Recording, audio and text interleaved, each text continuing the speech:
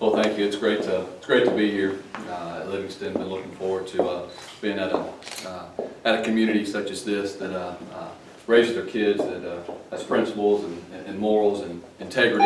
And I'm really looking forward to working with the young men and young women of Livingston Independent School District. Because what we want, we're not going to always just talk about winning. We're going to talk about being successful. Because 10 years from now, you're not going to remember what the score was of the basketball game or soccer game or football game. But we want what we teach in athletics, that hard work, that integrity, that leadership is something that's going to last with these young men and young women for the rest of their lives. I know not everybody's going to agree with what I do. I know not everybody's may not necessarily like some of the things that we do. I'm a big guy. I can take it. I hope I can take it. That's the plan. It's easier said than done. But we're definitely looking forward to it and ready to get started. Ready to get started here to meet these young athletes so we can get going. But we want to have total buy-in to our program. A little bit about me. I've been coaching and teaching for 19 years. I've been married for almost 17 years. This June will be 17 years. I have my wife is also a teacher. She has better credentials than I do. She's been Teacher of the Year in 08 in her district, and then again this year in her district.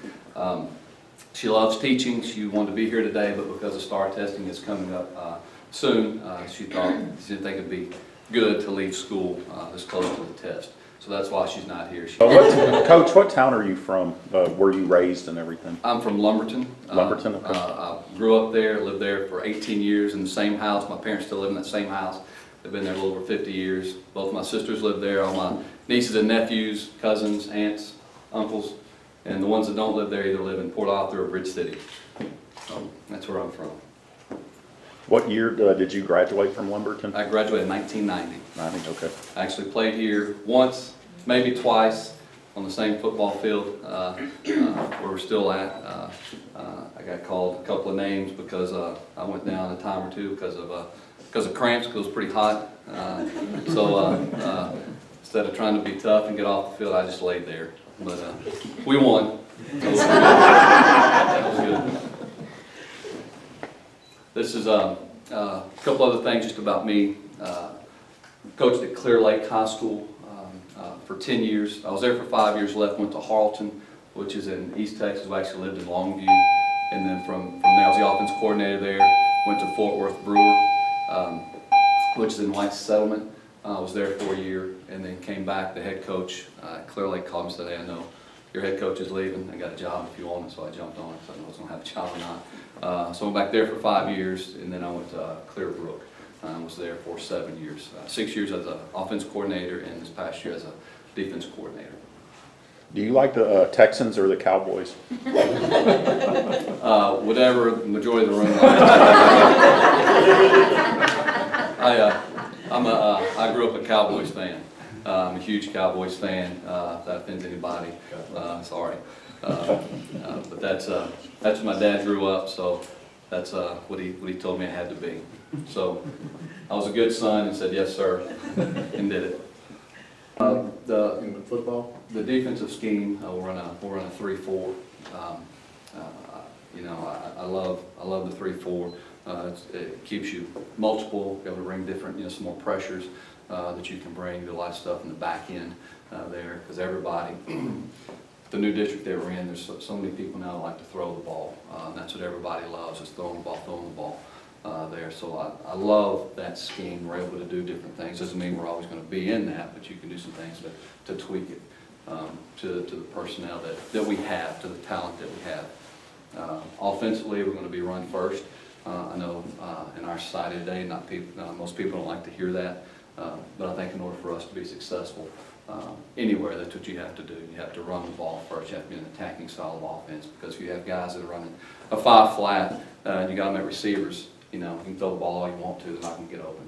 And you're going to be 3 and out, you're going to be punting. They're going to go 3 downs and score. They're back on the field 3 and out, we're punting, they're going down and scoring, and then you look up and it's 80-0. So we want to control the clock. It's not 3 yards in a cloud of dust like most people fear.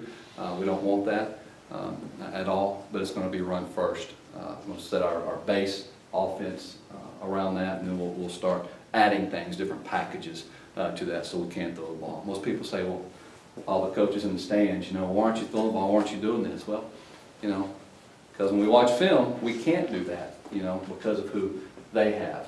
If we can throw the ball, we're going to throw the ball. If we can throw it, you know, if we have to throw it 20 times a game, we'll throw it 20 times a game. But not every game is going to be like that.